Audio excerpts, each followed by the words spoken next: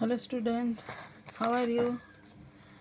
Today I am explaining you 7th standard Ganit Prakash chapter 4 expressing using letter numbers. Already in my first video I have explained all the topics that we will study in this chapter. So today I am starting from our first example. Okay, let's start chapter 4. The first topic is the notion of letter numbers.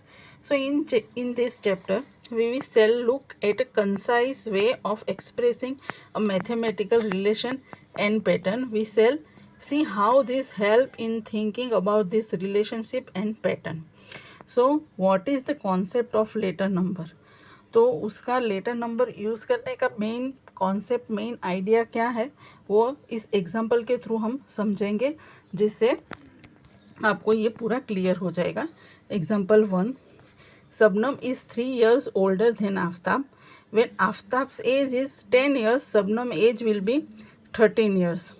Now Aftab age is 18 years. What will be the Sabnam age? Okay हमें क्या बोला है कि शबनम की जो as है, Shabnam is 3 years older than Aftab, मतलब शबनम आफ्ताब से 3 साल बड़ी है. तो अगर शबनम की एज, जब शबनम आफ्ताब की एज 10 years है तो शबनम की एज कितनी होगी 13 years. तो अब आफ्ताब की अगर एज 18 years है तो शबनम की एज कितनी होगी, तो हमें 18 + 3 बराबर हमें 3 ऐड करना है. 18 + 3 = 21. 21 किसकी एज है, शबनम की एज है. Now given Aftab age, how will you find out Shabnam age? तो इजी है, we add 3 to Aftab age to get Shabnam age, because Shabnam जो है आफ्ताब से 3 साल बड़ी है. तो हमें जो भी एज मिलेगी आफ्टर आफ्ताब की, उसमें हमें 3 ऐड करना है, तो हमें शबनम की एज मिल जाएगी. So can we write this is an expression. अब ये जो हमें यहाँ दिया गया है सिचुएशन है, शबनम जो है 3 साल आफ्ताब से बड़ी है, तो वो हम कैसे लिख सकते हैं एज ए एक्सप्रेशन. तो यहाँ पे हमें देखो दिया है शबनम्स एज = आफ्ताब एज +3 बराबर. तो ये एकदम सही है, क्योंकि शबनम जो है आफ्ताब और शबनम के एज का डिफरेंस है 3. आफ्ताब छोटा है, शबनम बड़ी है. और जैसे जैसे हमें आफ्ताब की एज दी गई होगी उसमें हम 3 ऐड करेंगे तो हमें क्या मिल जाएगी, शबनम की एज बराबर. तो अब ये वाला जो एक्सप्रेशन है हम उसको शॉर्ट में कैसे लिख सकते हैं. तो S = Shabnam as, A = Aftab as +3.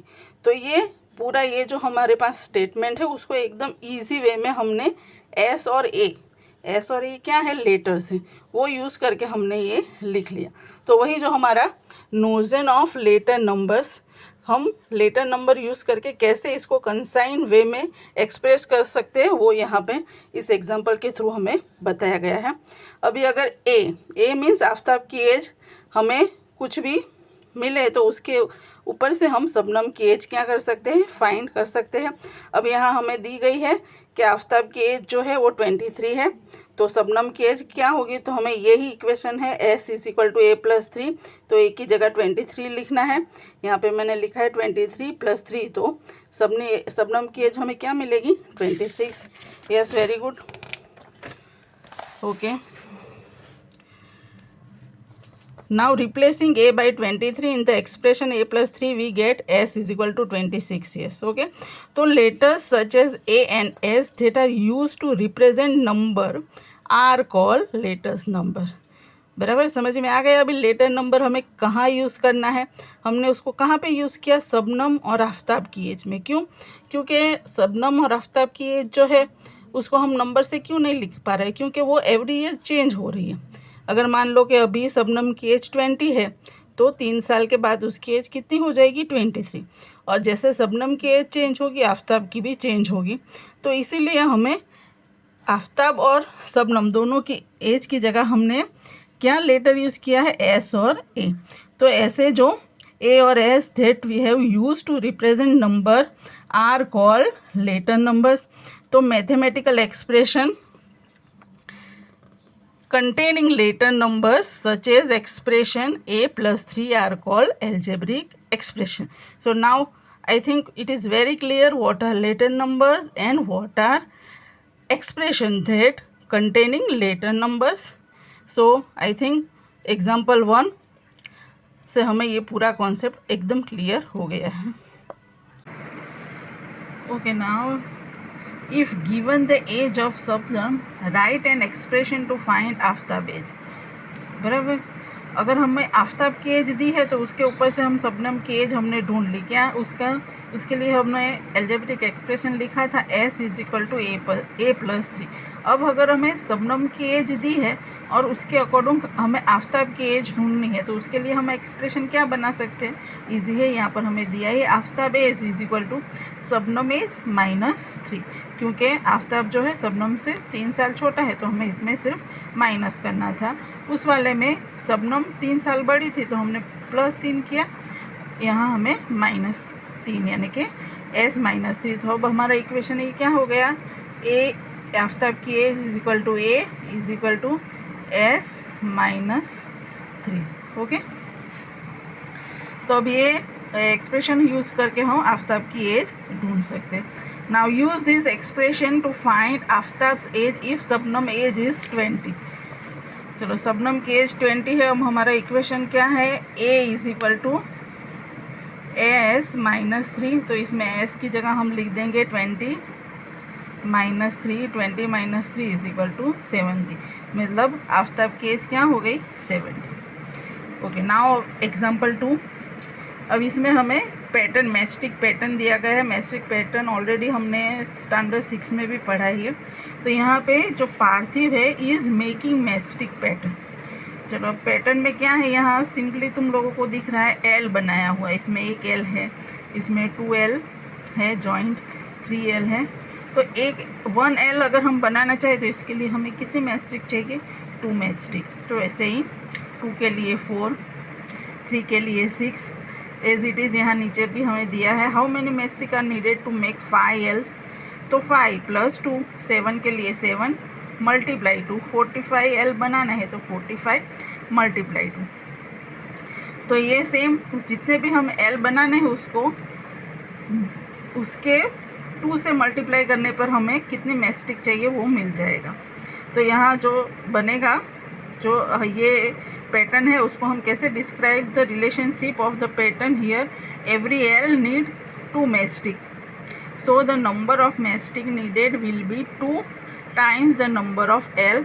So it can be written as number of mastic is equal to 2 into number of L's. अब number of L's मतलब हम L के जितने भी हमें नंबर्स बनाने हैं उसकी जगह अगर हम n ले लें तो हमारा जो ये एक्सप्रेशन बन जाएगा वो 2 × n. यहाँ 2 है वो कांस्टेंट नंबर है और n लेटर है. और ये लेटर किसकी जगह पर हमने यूज़ किया है. नंबर ऑफ L की जगह पे कितने L बनाने हैं वो हम यहाँ पर लिख सकते हैं और इसको हम रिप्लेस कर सकते हैं.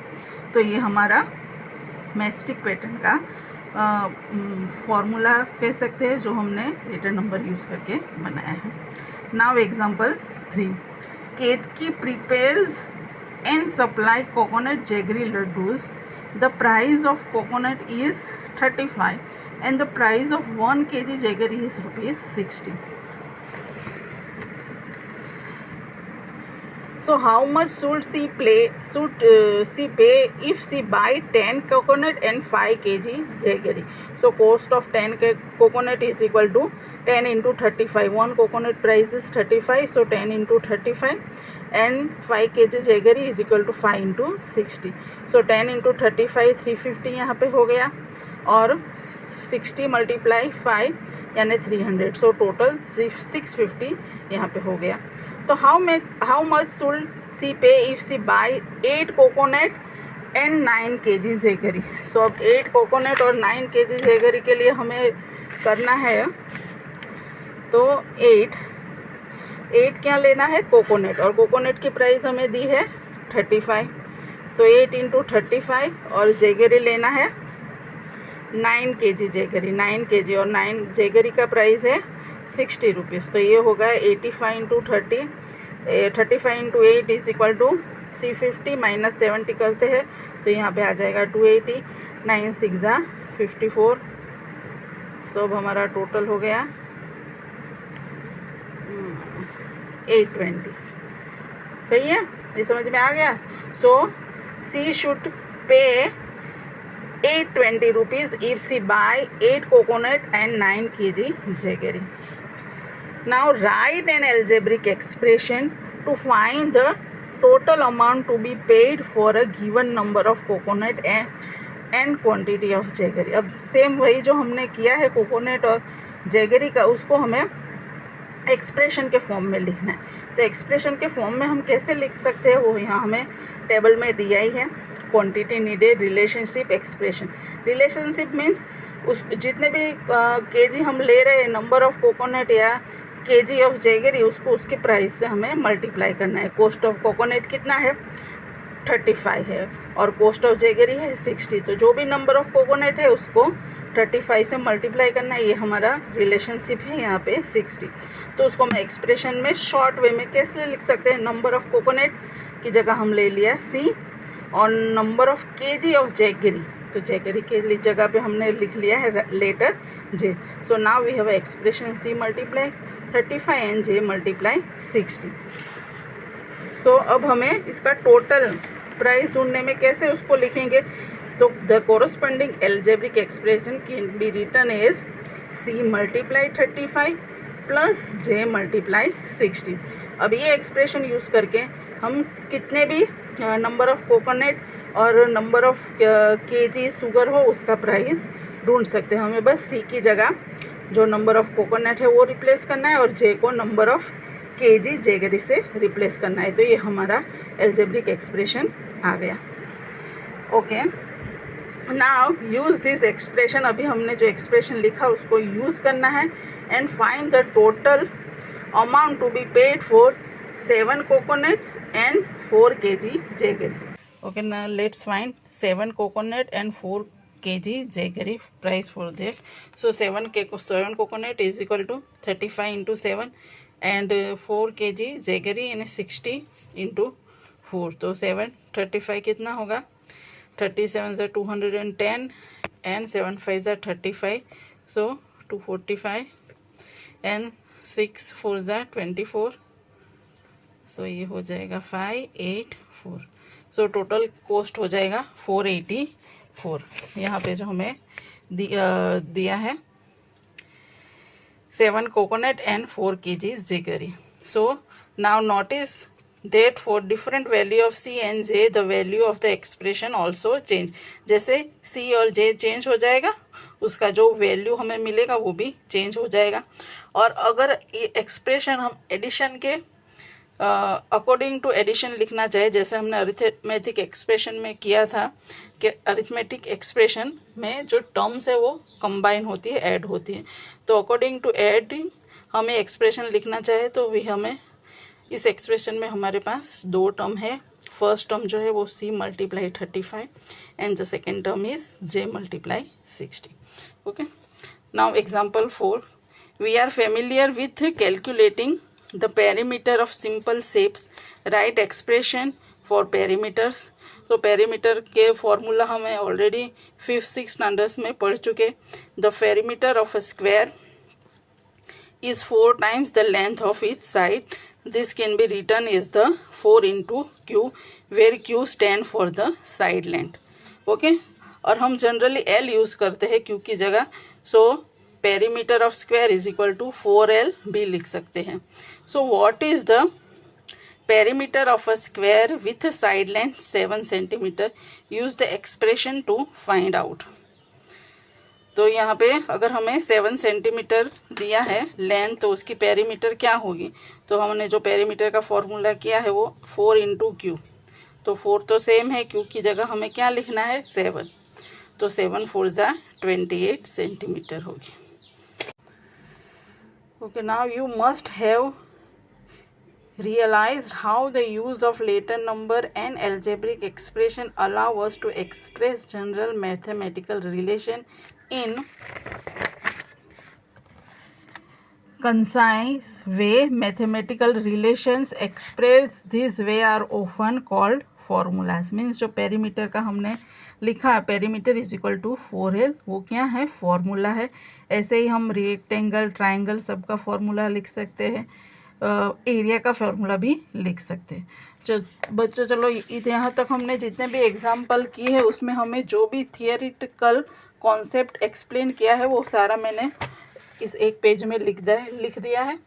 तो ये आपके लिए मैं बता देती हूँ। Chapter 4 algebraic expression using letter numbers, और उसके अंदर जो भी थियरी है वो मैंने एकदम क्लियरली आपको समझ में आए वैसे लिख दी है। तो if you want to note down you can note down. और अगर आपको मेरा वीडियो पसंद आया तो please like and subscribe and also give your comments. In next video we will start figure it out for page number 84 and 85. Thank you.